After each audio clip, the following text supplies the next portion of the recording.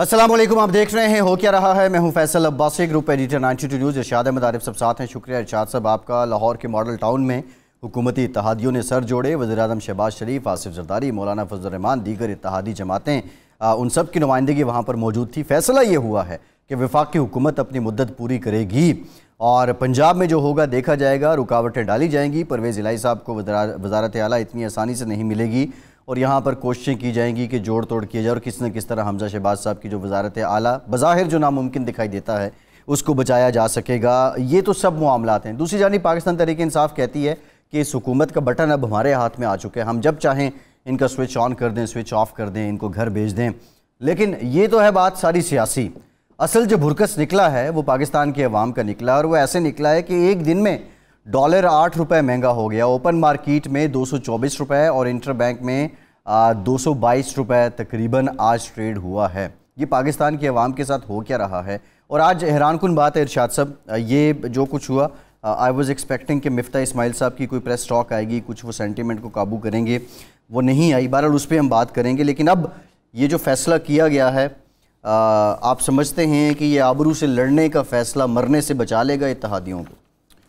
नहीं, ये तो इत्तेहादी हुक्मरान इत्तेहाद जो है, अब वो रिवायती हथकंडे जो 1990 के हथकंडे थे, इधर उधर मिल मिला के जोड़ तोड़ करके साजिश करके अयारी से मकारी से हुकूमत बचाने के, हालांकि ये सारे हथकंडे फसूदा हो चुके हैं।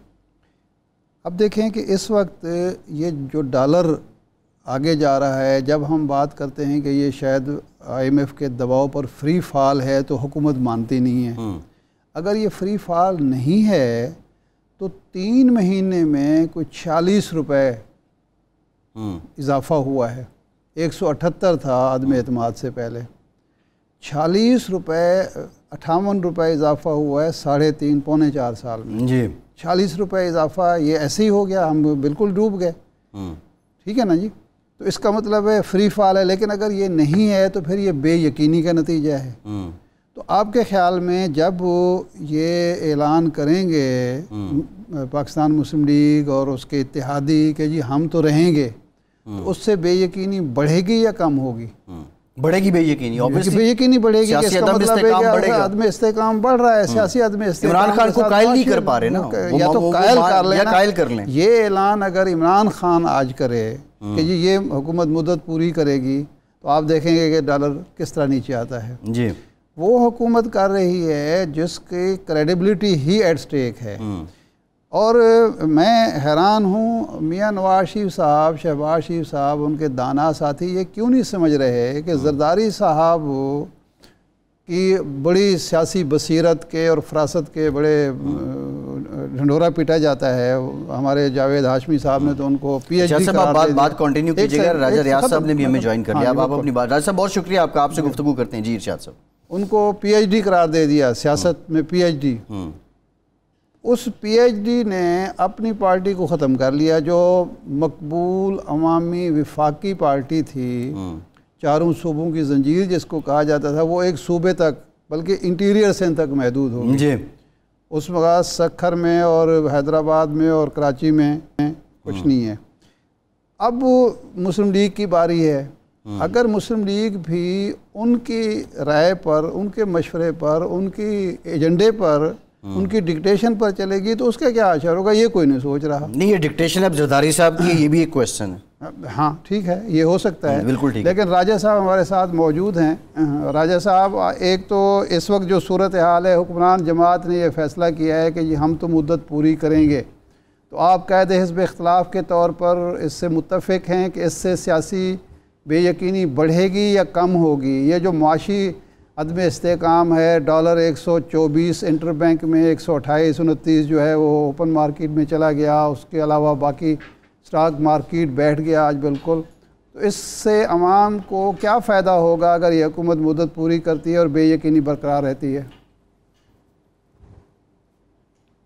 शुक्रिया इरशाद साहब। सबसे पहले तो मैं ये अर्ज़ करूँगा कि किसी भी सूरत पिछले 2 टेन्योर हुकूमत ने पूरे किए हैं और इस हुकूमत को भी चाहे जो भी हालात हों अपना टेन्योर पूरा करना चाहिए। असेंबली की मुद्दत पूरी होनी चाहिए। अच्छा, जब असेंबली अपनी मुद्दत पूरी करेगी उससे सियासी इस्तेकाम भी आएगा, माशी इस्तेकाम भी आएगा। ये तमाम जो खाना तबाह किया है अदारों का इमरान खान साहब ने, उसको ठीक करते वक्त लगना है। अच्छा। और उसमें मेरी आवाज़ वापस आ रही है? आ रही। और उस जी मैनेज करते हैं राजा साहब, आप बात जारी रखें। अच्छा जी। और उससे अगर आज हम जमहूरियत को ख़त्म करते हैं, जल्द इलेक्शन का बात करते हैं, तो इससे कोई ना सियासी इस्तेकाम आएगा ना कोई माशी इस्तेकाम आएगा। अब जो मौजूदा हुकूमत है, इमरान खान साहब देखे KPK में हुकूमत कर रहे हैं, पंजाब में हुकूमत बनाने जा रहे हैं, तो वफाक में वो असेंबली में बैठते नहीं। मैं तो उनको दावत दूंगा कि वो वफाक में आएँ, असेंबली में बैठें, अपोजिशन लीडर बने, अपनी जमात की नुमाइंदगी भरपूर तरीके से असेंबली के अंदर करें। हम उनका रोल अदा कर रहे हैं, जो काम उनका है वो हम कर रहे हैं, लेकिन मैं तो उनको दावत दूंगा कि वो खुद तशरीफ़ लाएं, असेंबली के अंदर बैठें और इस सिस्टम को चलाएं। और सारे सियासी लोगों को इस वक्त पाकिस्तान जिन मुश्किलात में है, जो माशी बहरान में से गुजर रहा है, इमरान खान को भी सब सियासतदानों के साथ बैठना चाहिए। राजा साहब कता कलाम माफ़, आपने ये फरमाया कि सबका 2 हुकूमतों ने, नवाज शरीफ साहब की हुकूमत और जरदारी साहब की हुकूमत ने मुद्दत पूरी की, लेकिन इमरान खान को तो मुद्दत पूरी नहीं करने दी गई। दूसरा, नए इलेक्शन के बाद आके ये इदारों को ठीक क्यों नहीं करना चाहते शहबाज शरीफ साहब और उनके इत्तेहादी जो हैं? इलेक्शन कराएं, फ्रेश मैंडेट लें, आगे इदारे ठीक कर लें। और शाह साहब देखें, ये KPK में हुकूमत में बैठे हुए हैं, पंजाब में हुकूमत बनाने जा रहे हैं, और वफाक में ये कहते हैं कि हम हुकूमत को चलने नहीं देंगे। तो मैं समझता हूँ कि ये उनको अगर उतारा गया है तो एक आईनी तरीके से उतारा गया, एतमाद के जरिए जो उनके तादी थे उनको छोड़ के चले गए। इसमें ना मेरा कसूर है ना आपका कसूर है। ये अपने अतादियों को एतमाद में नहीं रख सके, उनको अपने साथ नहीं रख सके, और तमाम मुतादी इनको छोड़कर चले गए और इनके खिलाफ अदम एतमाद कामयाब हुआ। उसके बाद अब इस हुकूमत को या सूबाई किसी हुकूमत को ख़त्म करने का कोई जवाज़ नहीं। हाँ, एक चीज़ होनी चाहिए जो मैं समझता हूँ कि खान साहब को अपना गुरूर ख़त्म करना चाहिए, अपनी अना को ख़त्म करना चाहिए, सब से आके बैठे। अगर पूरे पाकिस्तान के सियासतदान एक मेज़ पे बैठ सकते हैं तो खान साहब कौन सा इतना उनको तगमा लगा हुआ है कि वो किसी के साथ बैठने को तैयार नहीं, वो किसी इदारे को मानने को तैयार नहीं। राजा साहब ठीक है। राजा साहब ये आपकी बात किसी हद तक हमें समझ आती है कि इस वक्त उनको बैठना चाहिए लोगों के साथ, दीगर सियासी लोगों के साथ। लेकिन जो पंजाब में हुआ, इमरान खान व्हाट्सएवर वो जो भी कर रहे हैं, लेकिन इतनी बड़ी कामयाबी उनको मिल गई, लैंडस्लाइड विक्ट्री मिल गई, इसका मतलब है लोग तो उनके साथ हैं। जी, इसमें मैं आपसे इत्फाक नहीं करता। बहुत सारी वजूहात हैं खान साहब के ये इलेक्शन जीतने की। अच्छा। एक तो मुस्लिम लीग नून के जो पुराने लोग थे, जो टिकट होल्डर थे या MPA थे, उन्होंने जो मौजूदा नए लोग गए थे उनको तस्लीम नहीं किया। मुस्लिम लीग नून ने उस तरह सपोर्ट नहीं कर सकी उन कैंडिडेटों को जिनको मुस्लिम लीग नून ने टिकट दिया था। एक महंगाई बहुत बड़ी वजह बनी। एक जो वजह बनी वो ये बनी कि खान साहब ने जो एक जैली ड्रामा किया अमेरिका के खिलाफ। हमारी कौम जो है ये शुरू से, आप जानते हैं, अरशाद साहब मेरे से ज़्यादा बेहतर जानते हैं कि जो भी नारा लगाए अमेरिका के खिलाफ, कौम हमारी बहुत जज्बाती है, और ख़ास करके पंजाबी जो हैं ये तो बहुत ही इस बारे में जज्बाती हैं कि फ़ौरन कहते हैं बस यही लीडर है। यहाँ पे मुस्तफ़ा कुरैशी और सुल्तान राय बन के इमरान खान ने इलेक्शन लड़ा है और उनका वो इलेक्शन चल गया है। लेकिन इसके पीछे कई वजूहात हैं। महंगाई एक बड़ी वजह बनी है। दूसरी वजह मुस्लिम लीग नून में बहुत ज़्यादा धड़ाबंदियाँ हो गई थी, वो वजह बनी है। तीसरा नवाज शरीफ साहब का ना होना वजह बनी है। तो ये ठीक है, मैं इस चीज़ को तस्लीम करता हूँ। हम खान साहब की तरह नहीं है। अगर खान साहब ये रिज़ल्ट होता, मुस्लिम लीग नून का ये रिज़ल्ट होता, तो मैं आज आपको कह देता हूँ कि खान साहब ने कभी तस्लीम नहीं अच्छा राय साहब, आपने पहले लेकिन क्या कहा हम था? इसको राय साहब, तस्लीम- आपने पहले क्या कहा था, जरा हम दिखाते हैं अभी, फिर आपसे जानते हैं कि ऐसा क्यों ना हो सका। जी दिखाइए। 17 तारीख को जो इलेक्शन हो रहा है, इसके रिजल्ट देखने के बाद बहुत से लोग जो हैं वो वापस असेंबली में आ जाएंगे, पीटीआई को छोड़। कितने लोग राजा साहब, क्योंकि आपने पहले भी खबर दी थी कि 20 लोग हैं, 22 लोग हैं, तो अब कितने लोग हैं जो आपसे रब्ते में हैं या वापस आ जाएंगे 135 में से? 30 के करीब लोग हैं जो इस वक्त तक तकरीबन फैसला कर चुके हैं कि हमने असेंबली में वापस चले जाना है, हमारे ग्रुप का हिस्सा बनेंगे, और ये सारे मुंतखब लोग हैं। राय साहब, अभी आपने बात भी की कि जो लोग मुनहरिफ हुए उनको एक्सेप्ट नहीं किया अवाम ने। आपने कहा था कि 17 के बाद बहुत से लोग असेंबली में वापस आ जाएंगे पीटीआई के। अब ये पीटीआई के लोग असेंबली में वापस आ रहे हैं, जो बैठे हैं वो भी बाहर जा रहे हैं?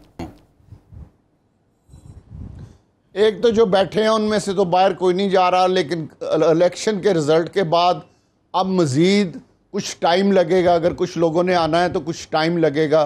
फौरी तौर पे जो मैंने बात की थी उस पर अमल नहीं होगा, क्योंकि कल के परसों के रिजल्ट ने पीटीआई के अंदर जो लोग बैठे हैं उन्हें एक हौसला दिया है कि पहले पीटीआई का ग्राफ बहुत नीचे था जब इमरान खान वजीर आज़म थे, उसके बाद अब फिर जो इनका धरना नाकाम हुआ उसके बाद इनका ग्राफ फिर और नीचे जाना शुरू हो गया।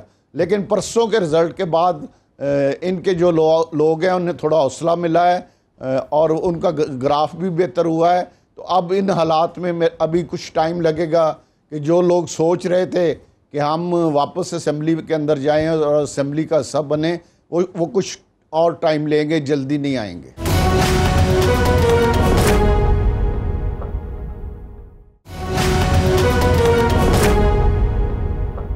राज साहब, आपने ये फरमाया कि जो लोग टिकट पर लड़े, जो अलग हुए, मुनहरिफ हुए और टिकट पर लड़े, उनको मुस्लिम लीग के कारकुनों ने, लीडरशिप ने तस्लीम नहीं किया, कबूल नहीं किया, जिसकी वजह से वो इलेक्शन हार गए, उनकी कैंपेन ना हुई। तो और फिर जो मुस्लिम लीग के अपने लीडर हैं वो कहते हैं जी ये लोटे थे तो लोगों ने लोटों को मुस्तरद कर दिया। तो अब जो आपके साथी हैं 20-22, क्या वो मुस्लिम लीग में आप जाएंगे या मुस्लिम लीग उनको कबूल करेगी, टिकट देगी?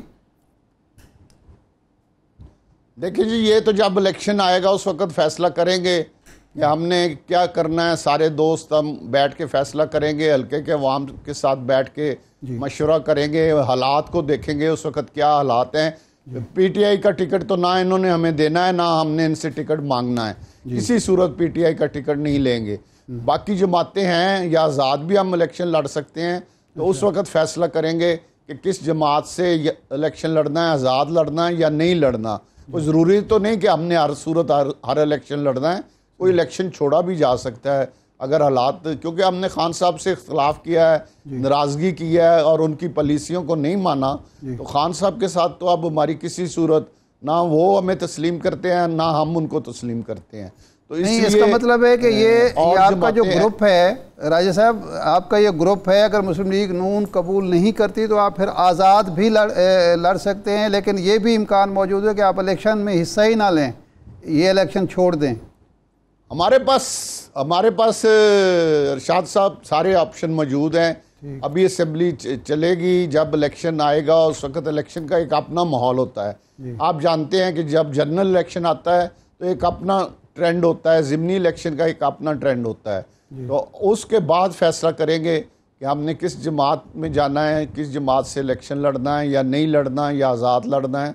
ये फैसला हम जब इलेक्शन जनरल शुरू होगा, ये असेंबली ख़त्म होगी, उस वक्त ये फैसला करेंगे। तो ये जहांगीर तरीन ग्रुप अब मौजूद है, क्योंकि वो 20 तो ख़त्म हो गए ना, उनमें से 16 तो वैसे हार गए, बाकी 4 मुस्लिम लीग नून का हिस्सा बन गए। तो अब जहांगीर तरीन ग्रुप मौजूद है जो आपने दावा किया था या जिसके वजह से आप अलग हुए थे?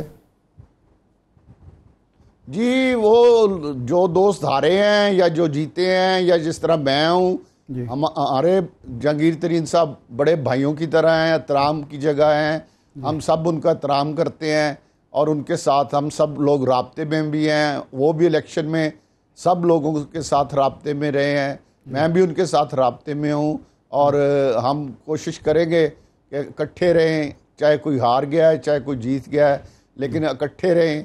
उनके साथ हमारा एक एहतराम का रिश्ता है जो इंशाल्लाह ज़िंदगी भर कायम रहेगा। जी अच्छा राज साहब, ये कायदे हिज़्ब इख्तलाफ के तौर पर जो महंगाई रोज़ बरोज़ बढ़ रही है और वो काबू ही नहीं आ रही है और मौजूदा हुकूमत तो उस पर काबू पाने में नाकाम नज़र आती है, उसकी कोई गिरफ्त ही नहीं है, आप कोई अवामी सतह पर आवाज़ क्यों बुलंद नहीं करते? आप अवाम की नुमाइंदगी कर रहे हैं, दावा करते हैं कायदे हिज़्ब इख्तलाफ है, लेकिन हमें तो आप सुनाई नहीं देते कहीं कि भाई ये इस महंगाई से निजात दिलाओ या घर जाओ। आपने मेरी असेंबली की तकरीर मेरा ख्याल नहीं सुनी। नहीं, वो एक सुनी है, वो एक तकरीर मैंने जो तकरीर जी उसमें मैंने भरपूर तरीके से महंगाई की पे बात की है और अपनी तजावीज़ भी दी हैं कि किन पर अमल करें ताकि बेहतरी आ सके। शहबाज शरीफ साहब ने भी असेंबली में तकरीर में कहा है कि मेरी सबसे अवलीन तरजीह ये है कि महंगाई को कम किया जाए। इसलिए इस हुकूमत के लिए अगर सबसे बड़ा कोई चैलेंज है तो वो महंगाई है, और हम भी हर जगह हर फोरम पे आज भी मैं आपके सामने कह रहा हूँ कि बहुत महंगाई है और गरीब आदमी का इस महंगाई में जिंदा रहना मुश्किल है। दो वक्त के अपने बच्चों को रोटी खिलाना मुश्किल है। राय साहब, मैं एक दफ़ा फिर शहबाज शरीफ साहब से मुतालबा करता हूँ कि सारी चीज़ें एक तरफ रखें और महंगाई को एक तरफ एड्रेस करें। जब तक ये डॉलर जिस तरह ऊपर जा रहा है, ये भी एक बहुत ख़तरे की घंटी है। सही है। जिस तरह महंगाई है, जब तक आटे पे कुछ कंट्रोल हो गया है, कुछ घी पे कंट्रोल हुआ है, लेकिन चीनी पे कंट्रोल हो गया है, बाकी चीज़ों पे भी कंट्रोल करने की ज़रूरत है और ख़ास तौर पे डॉलर पे कंट्रोल करना बहुत ज़रूरी है। अच्छा राय साहब, ये आप ठीक है, आप तकरीर कर रहे हैं, लेकिन माजी में जो अपोजिशन थी, जब आपकी हुकूमत थी तो उस वक्त वो बहुत एहतजाज भी करते थे। खैर, पंजाब में आप क्या समझते हैं, क्या परवेज़ इलाही साहब बासानी वज़ीर आला मुंतखब हो जाएंगे या कुछ अनहोनी हो सकती है? देखिए, सियासत में हर चीज़ मुमकिन है। अभी 3 दिन पड़े हैं और इन 3 दिनों में बहुत सारी चीज़ें हो सकती हैं। फिर इस वक्त तक तो उनके नंबर्स पूरे हैं, लेकिन कल परसों में कोई अपसेट हो सकता है, उस बारे में मैं कुछ नहीं कह सकता। मैं देख रहा हूं कि शायद कोई अपसेट हो जाए। नहीं, कैसे होगा अपसेट? क्या वो राना सनाउल्लाह साहब वाला फार्मूला होगा, बंदे गायब हो जाएंगे? ये मैं कुछ नहीं कह सकता, लेकिन परवेज़ इलाही साहब की हाथ की लकीर में इस वक्त चीफ मिनिस्ट्री नहीं है, मुझे जो नज़र आ रहा है। अच्छा, नहीं तो हमजा साहब ही रहेंगे वज़ीर आला, आप ये कह रहे हैं? ज्यादा चांस ये है कि हमजा साहब ही वज़ीर आला। नहीं, जब 2 ही बंदे रह गए ना, परवेज़ इलाही साहब की हाथ की लकीरों में चीफ मिनिस्ट्री नहीं है, तो फिर हमजा साहब हैं या फिर पंजाब की किस्मत में गवर्नर रूल है। मैंने यही अर्ज किया ना जी। नहीं, गवर्नर रूल तो नहीं लगेगा। खैर, परवेज़ इलाही साहब अगर बंदे उनके सारे इंटैक्ट रह गए तो परवेज़ इलाही साहब बनेंगे, और अगर उनके बंदे इंटैक्ट ना रहे तो फिर मुश्किल हो जाएगा परवेज़ इलाही साहब का चीफ मिनिस्टर। ये बताएं, अक्सरियत को अक़लियत में बदलना सियासी और जमहूरी तौर पर जायज़ होगा? One liner. देखें, इस वक्त वोट तो कास्ट अगर कोई करेगा भी पार्टी से हटके तो वो कास्ट शुमार नहीं होगा। अच्छा। और इस वक्त मैं तो यही कहूँगा कि जिसके पास शख्सियत है उसको मौका मिलना चाहिए, लेकिन हर सियासी जमात का या हर जिस तरह पीडीएम है उनका जी ठीक है राय साहब जी, हमें जी अपोजिशन लीडर कौमी असेंबली राजा रियाज साहब हमारे साथ मौजूद थे। खबर दी है इन्होंने कहा कि परवेज़ इलाही साहब की हाथ की लकीरों में चीफ मिनिस्ट्री अभी नहीं है। ब्रेक के बाद बात करते हैं।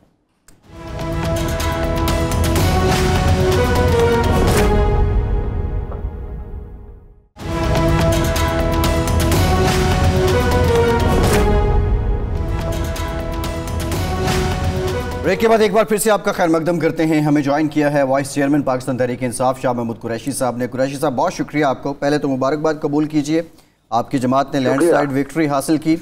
दूसरा, कुरैशी साहब, अभी जी जो इस वक्त हुकूमत है वो ये कह रही है कि कोशिश करेंगे कि हमजा शहबाज साहब बराजमान रहें वज़ारत आला के मनसब पे।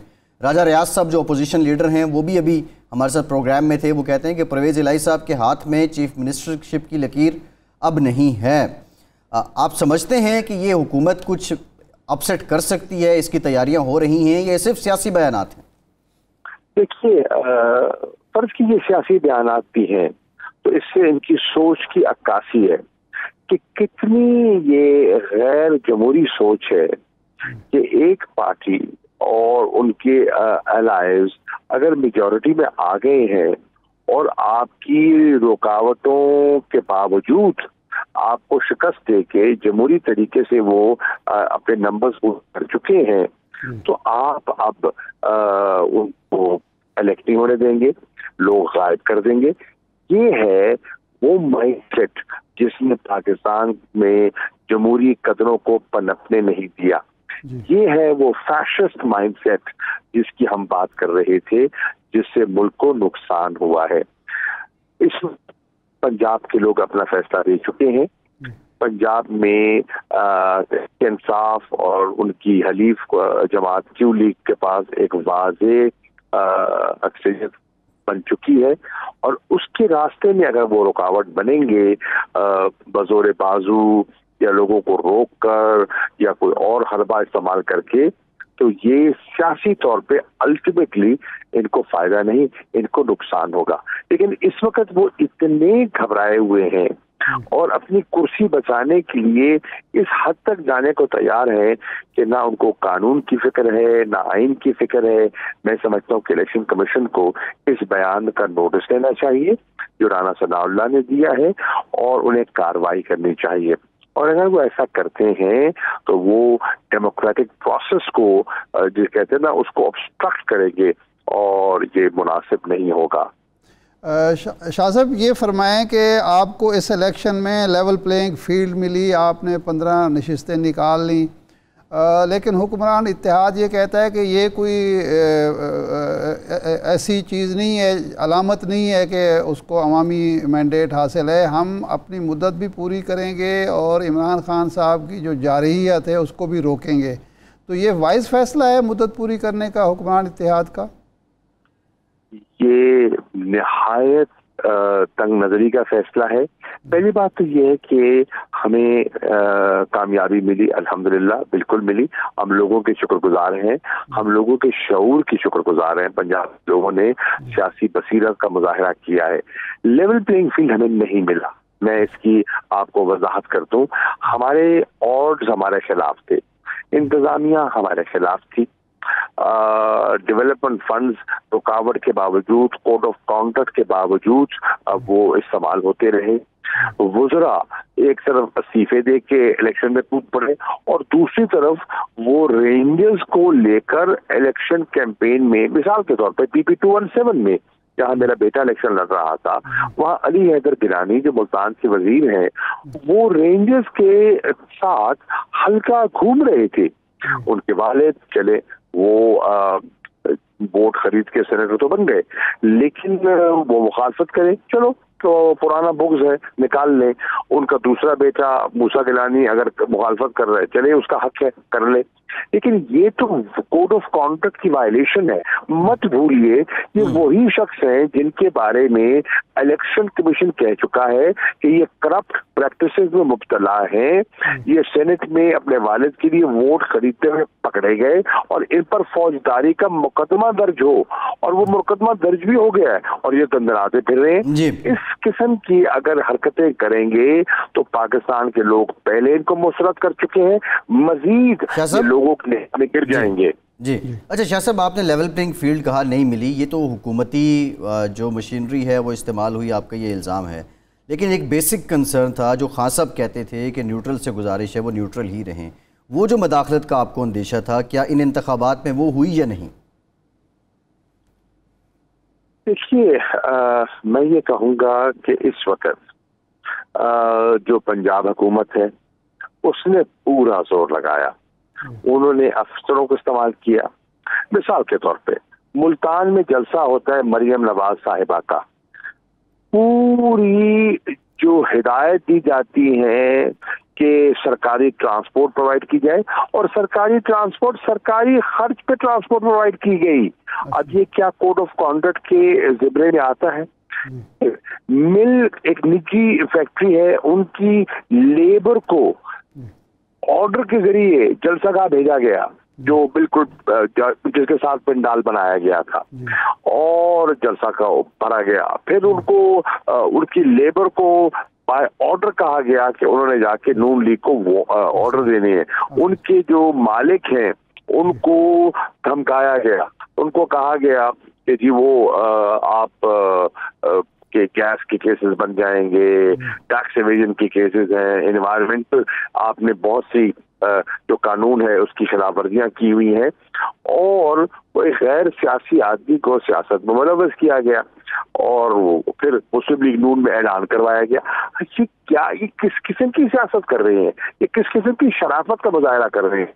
और जब हम एहतजाज करते हैं तो कहते हैं जनाब यहाँ से अपने पाँव पे चल के नहीं जाएगा, ये एक कत्ल की धमकी है।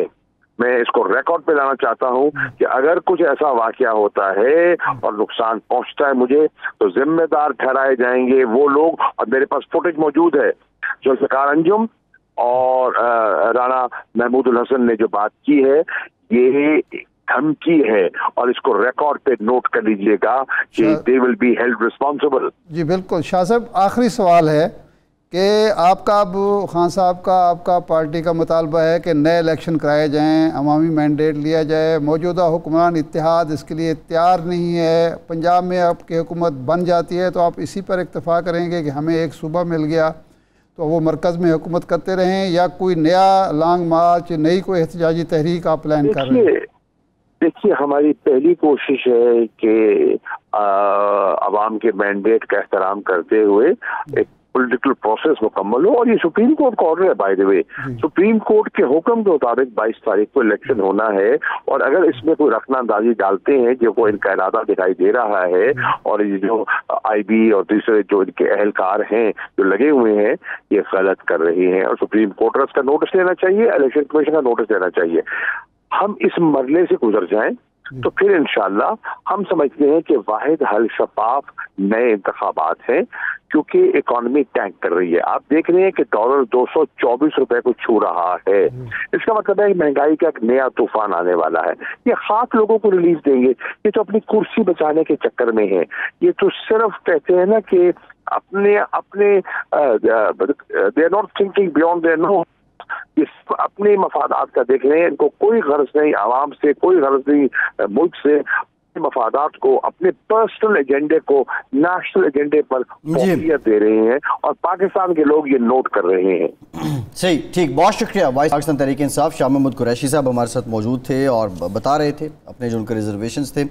अब इसी सारे मामले पे हम बात करेंगे। हम ज़रा जानना चाहेंगे कि अब जो एक मुतज़ाद किस्म के मामलात हैं जो पाकिस्तान तहरीक इंसाफ पे इल्ज़ामात हैं, उस पर हम इन डिटेल बात करेंगे। मलिका बुखारी साहिबा पाकिस्तान तहरीक इंसाफ की रहनुमा हैं, वो हमें ज्वाइन कर चुकी हैं। मलिका साहिबा, एक तनकीद जो आप पे हो रही है वो ये है कि आप KPK में हुकूमत में बैठे हैं, पंजाब में आप हुकूमत बनाने जा रहे हैं, लेकिन वफाक में आपको पार्लियामान कबूल नहीं है। ये तजाद क्यों है? देखिए, पहली बात तो ये है कि पाकिस्तान तहरीक इंसाफ ने पार्लियामान को छोड़ा ही क्यों? क्योंकि पार्लियामान के अंदर इस वक्त जो वज़ीर आज़म हैं उनको साजिश के ज़रिए मुसल्लत किया गया था। पार्लियामान के अंदर ही जो साबिक वज़ीर आज़म और मुस्तकबिल के वज़ीर आज़म हैं उनके खिलाफ नो कॉन्फिडेंस या अदम एतमाद का जो मोशन है वो सामने आया। पार्लियामान के अंदर ही पाकिस्तान तहरीक इंसाफ के 25 जो रहनुमा हैं उनको ज़मीर फरोशी के ज़रिए सिंध हाउस में ख़रीदा गया। तो पार्लियामान के अंदर ना जाने का जो फ़ैसला है उसके पीछे ये मंतक है। हम सियासी सूरत हाल को देख रहे हैं। देखिए, हम ये नहीं कर सकते। पाकिस्तान तहरीक इंसाफ पाकिस्तान की सबसे बड़ी जमहूरी जमात है। पाकिस्तान तहरीक इंसाफ वफाक की अलामत है। हमने पाकिस्तान के हर सूबे के अंदर हुकूमत कायम की है। ये नहीं हो सकता कि पूरे पाकिस्तान के अंदर अपनी अददी अक्सरियत को हम ख़त्म कर दें। जिस पार्लियामान के अंदर साजिश हुई है, जहाँ पर इम्पोर्टेड वज़ीर आज़म को लाया गया है, जहाँ पर अग़यार के साथ मिलकर पाकिस्तान की सालमियत को नुकसान पहुँचाया गया है, वहाँ पर हमारा ये मुतालबा है कि वफाक के अंदर जहाँ पर आप साजिश में शामिल हुए थे वहाँ पर पार्लियामान जो है उसके अंदर हम नहीं बैठ सकते, क्योंकि पार्लियामान अपनी जो अपना वक़ार है उसको खो चुका है। जो पार्लियामान सॉवरन था उसको आपने किसी के कहने के ऊपर, किसी तीसरे मुल्क के कहने के ऊपर उसको कमज़ोर कर दिया है। इसलिए दरअसल हम पार्लियामान के अंदर नहीं बैठ सकते। तो ये एक हिकमत अमली है जो हर सियासी जमात को अपनानी होती है। और हमने भी अपनी सियासी हिकमत अमली और अपनी दानिश के मुताबिक ये बेहतर समझा कि खैबर पख्तूनख्वा की हुकूमत को इस वक्त हम असेंबली को तहलील नहीं करना चाहते। पंजाब के अंदर हमने इनको दिखा दिया कि आप कहते थे कि आप सेंट्रल पंजाब के अंदर, और पंजाब खसूसन पंजाब जो है वो पाकिस्तान मुस्लिम लीग नवाज का किला है। हमने 17 जुलाई को इनको दिखाया है कि आप तो पंजाब के अंदर भी सुकड़ गए हैं। पाकिस्तान और पंजाब की अवाम ने आपके पाकिस्तान मुखालिफ बयानिए को, पाकिस्तान की खुददारी के खिलाफ बयानिए को मुस्तरद कर दिया है। तो अब इस वक्त शहबाज शरीफ CDA चेयरमैन की हैसियत रखते हैं। दाईं तरफ जो है पेशावर है और बाईं तरफ जो है वो लाहौर है। तो पाकिस्तान तहरीक इंसाफ जब दोनों के पास अददी अक्सरियत रखते हैं तो ये कहाँ के वजीर आजम हैं? मतलब 18वीं तरमीम के बाद शहबाज शरीफ साहब कहाँ पे अपनी हिकमत अमली या अपनी जो हुकूमत है या अपना तर्ज सियासत है, जो अपनी गवर्नेंस है, उसका इख्तियार कहाँ पर लेके जाएंगे? सिंध में अपने इत्तेहादियों के साथ लेकर जाएंगे जो इनसे पिछली 3 दहाइयों से लड़ रहे हैं, जिनसे इनका इख्तलाफ रहा है? बलूचिस्तान में जाएंगे या खैबर पख्तूनख्वा या पंजाब में जाएंगे? तो इस वक्त ये बात दुरुस्त है अभी कि इनके पास वो इखलाकी हैसियत ही नहीं है जिसके जरिए ये पाकिस्तान के अंदर हुकूमत कर सकें। इसलिए बेहतर ये है कि इलेक्शन की डेट अनाउंस करें, ये मौका दें सियासी अवामी नुमाइंदों को कि मिल बैठकर इलेक्शन की डेट डिसाइड करें और पाकिस्तान आप बैठने को तैयार हैं? आप बैठने को तैयार हैं? बैठने को तैयार हैं? इमरान खान बैठेंगे शहबाज शरीफ के साथ? अगर ये देखिए, नहीं, ज़रूरी तो नहीं है कि 2 शख्सियात ही बैठे। पाकिस्तान तहरीक इंसाफ के अंदर बहुत काबिल सियासी कदो काट रखने वाले लोग हैं। शाह महमूद कुरैशी हैं, असद उमर हैं, परवेज़ खटक हैं, बहुत सारे लोग हैं जो बैठ सकते हैं इन लोगों के साथ। अगर 2 लोग बात नहीं कर सकते बिकॉज उनका नज़रिए पे इख्तलाफ है, ज़ाती इख्तलाफ नहीं है, नज़रिए पे इख्तलाफ है, तो दीगर लोग बात कर सकते हैं। लेकिन शर्त यह है कि आप इलेक्शन की डेट दें। पाकिस्तान की आवाम का एतमाद खो चुके हैं। पाकिस्तान के सबसे बड़े सूबे ने आपको मुस्तरद कर दिया और आपके पास इस्लामाबाद कैपिटल टेरिटरी वफाक तक की छोटी सी जो हुकूमत है। इसका मतलब यह है कि आप इस वक्त पाकिस्तान को गवर्न नहीं कर सकते, आप पाकिस्तान को चला नहीं सकते। दरअसल इसलिए अपनी सियासत को पीछे छोड़िए और मुल्क के बारे में सोचिए और इलेक्शंस की डेट अनाउंस करिए। हम आपके साथ बैठकर आगे का लाए अमल तय जी ठीक है, एक ब्रेक लेते हैं मलिका साहिबा, एक ब्रेक के बाद दोबारा हाजिर होते हैं।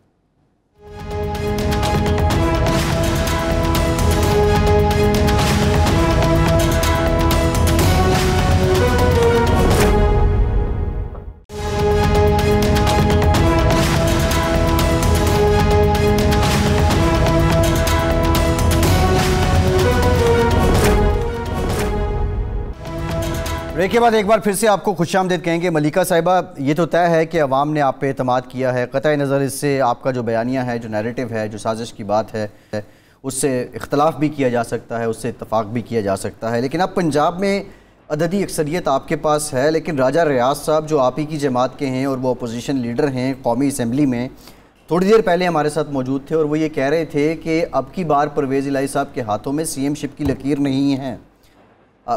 क्या खदशात आपके क्या हैं? क्या ये हुकूमत इलेक्शन से पहले कुछ ऐसा कर सकती है कि एंड में आपके बंदे ही पूरे ना हो? देखिए, राजा रियाज साहब मजबूर हैं इस किस्म की बातें करने पर। उन्होंने पाकिस्तान की आवाम को दिखाया है कि वोट से गद्दारी कैसे होती है। मैं सख्त अल्फाज इस्तेमाल करने की कायल नहीं हूँ, लेकिन राजा रियाज साहब का जो तर्ज सियासत है उससे उनकी जो आगे की सियासत है फ्यूचर की और इस वक्त की सियासत को बहुत नुकसान पहुंच रहा है। एक पार्टी के साथ मुंसलिक होकर, एक पार्टी के बयानिए को आगे बढ़ाकर, आज पाकिस्तान तहरीक इंसाफ को धोखा देकर, पार्टी के वोट से बेवफाई कर लीडर ऑफ अपोजिशन बनकर, पाकिस्तान मुस्लिम लीग नवाज की टिकट के तलबगार होकर वो क्या पाकिस्तान की आवाम को बता रहे हैं, क्या धमकियां दे रहे हैं, क्या आगे की बात करें। राजा रियाज साहब की ना बात में कोई तकवियत है ना सदाकत है। वो इस किस्म की बातें करें जिसका पाकिस्तान तहरीक इंसाफ के ऊपर कोई असर नहीं, यही बात तो इसको ज्यादा इम्पोर्टेंस देते ही नहीं है। कता कलाम माफ, यही बात राना सनाउल्लाह ने भी रात कही है कि जी 5-6 लोग, ये भी तो हो सकता है कि उनकी गाड़ी खराब हो जाए, वो पहुंचे ही नहीं। सर, इनका तर्ज सियासत ही ये है। देखिए ना, इसी तो फैशिज्म की हम बात कर रहे हैं, इसका तो आला अदालत को नोटिस लेना चाहिए। और गालिबन हमने सुप्रीम कोर्ट के अंदर एक कंटेम्प्ट की पिटिशन भी फाइल की है कि वजीर दाखिला होते हैं पाकिस्तान की आवाम की हिफाजत करने के लिए। यहाँ पर वजीर दाखिला ने 25 मई को पाकिस्तान की आवाम के ऊपर जबर किया और अब पाकिस्तान तहरीक इंसाफ की हुकूमत को जो बनने वाली है पंजाब में, और अवामी नुमाइंदों को बता रहे हैं कि मैं पाकिस्तान की पुलिस को इस्तेमाल करूंगा पाकिस्तान मुस्लिम लीग नवाज की सियासत को बचाने के लिए, लोगों को उठाने के लिए, जबर करने के लिए, और जबरन एक लाडले बच्चे को वजीर आला पंजाब बनाने के लिए। देखिए ये तो किस जमहूरी निज़ाम में इसकी इजाजत होती है। अच्छा, ये तो हो गई उनकी फाशिज्म। लेकिन आज फवाद चौधरी साहब ने जो प्रेस कॉन्फ्रेंस की, उन्होंने कहा कि 22 को हमारी हुकूमत बन रही है, हम 23 तारीख को राना सनाउल्लाह और अताउल्लाह तारड़ जो लाहौर के रहने वाले हैं, लाहौर में रहते हैं, उनके पंजाब में दाखिले पर पाबंदी लगा देंगे। तो ये फाशिज्म नहीं है कि आपकी हुकूमत अभी बनी नहीं और अभी से आपके धमकियां देना मानिए। देखिए, यकीन मानिए पाकिस्तान तहरीक इंसाफ धमकियों की सियासत के कायल नहीं है। हमने भी 3.5 साल पंजाब में हुकूमत की, किसके दाखिले को नहीं, तो ये फवाद चौधरी टीएलपी के स्पोक्सपर्सन तो नहीं है ना, आपके ही हैं, पीटीआई के ही हैं। जी, मैं तो मुकम्मल कर लूँ, आपने सवाल पूछा, मैं गुजारिश कर लूँ कि हम इस सियासत के कायल नहीं हैं।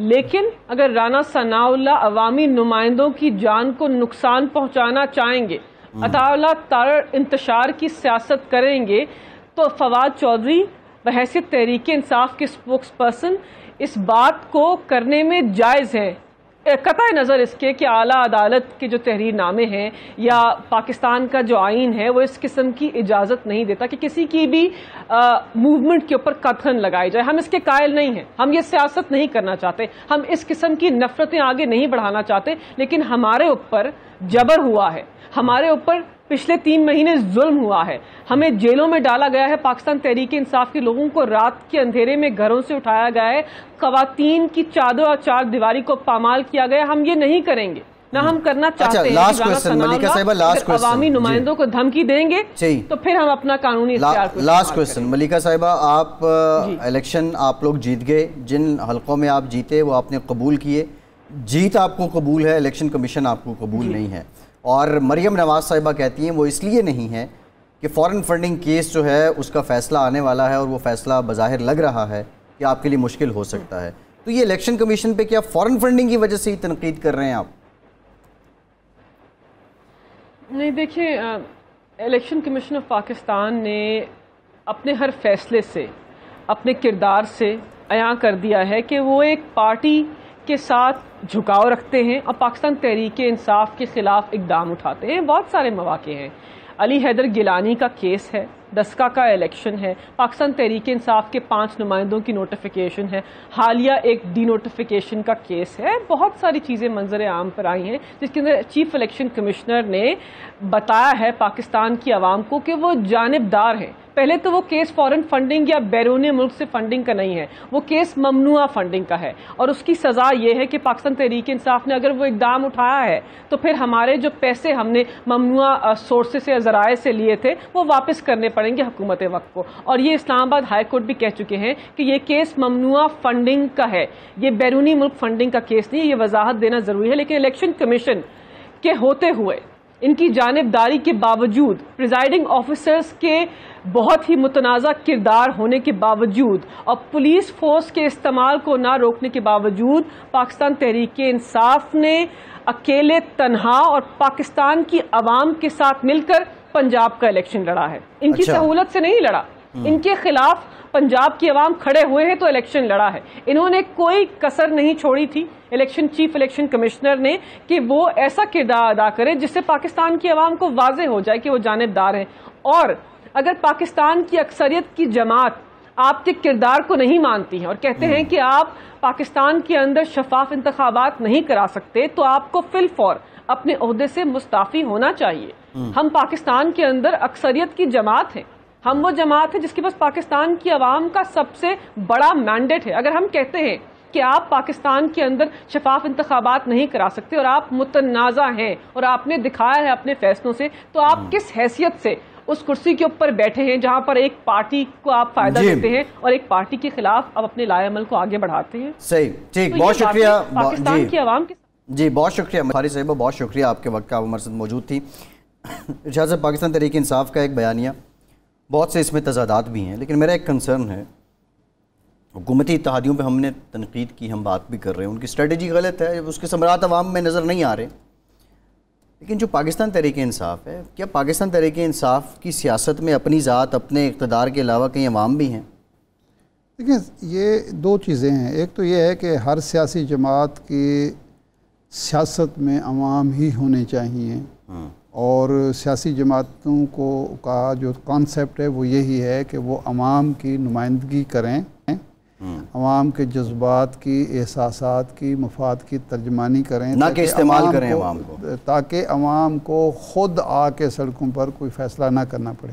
ये मकसद है ना सियासी जमातें बनाने का, कि वो अवाम के शऊर की तर्जमानी करें, मफादात की तर्जमानी करें, जज्बात की तर्जमानी करें, चैनलाइज करें अवामी जज्बात को। लेकिन हमारे यहाँ बदकिस्मती से जब कोई जमात बनती है, धड़ा बनता है, तो वो फिर अवाम से ज़्यादा अपने मफाद और अपने लीडर के मफाद, लीडर के ख़ानदान के मफादात का असीर होकर रह जाता है।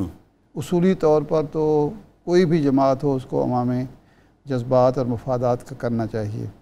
दूसरा ये है कि ये जो पिछले 2-3 महीने में हुआ है, मसलन 25 मई को जो कुछ हुआ, कोई भी जमहूरी इंसान उसकी तायद कर सकता है या ये कह सकता है कि उस दिन जो कुछ राना सनाउल्लाह साहब कर रहे थे, पंजाब हुकूमत कर रही थी, उसकी कोई जस्टिफिकेशन थी कि 25 को शुरू होना है लॉन्ग मार्च, अब 23-24 तारीख को आपने क्रैकडाउन शुरू कर दिए, लोगों की गिरफ्तारियां शुरू कर दी, घरों में छापे मारने शुरू कर दिए, ख़वातीन को हरासा करना शुरू कर दिया, सारा कुछ। उस दिन जो शेलिंग होती रही, और अफसोसनाक बात यह है, मुझे बहुत अफसोस हुआ उस दिन राना साहब का, जब राना सनाउल्लाह साहब ने ये कहा कि हमारे पास एक्सपायर्ड शेल थे, 600 चलाने थे, हमने 650 चला दिए, और आइंदा अगर ये शौक़ है इनका तो हम फिर एक्सपायर्ड नहीं, वो फ्रेश शेल हमने मंगवा लिए हैं। चौधरी निसार साहब आएंगे, शॉर्टली बता दें। मेरा नहीं ख्याल, नहीं आएंगे। नहीं आएंगे। सही, ठीक है। इजाज़त, प्रोग्राम का टाइम खत्म हो गया। बहुत आज के प्रोग्राम से इतना ही।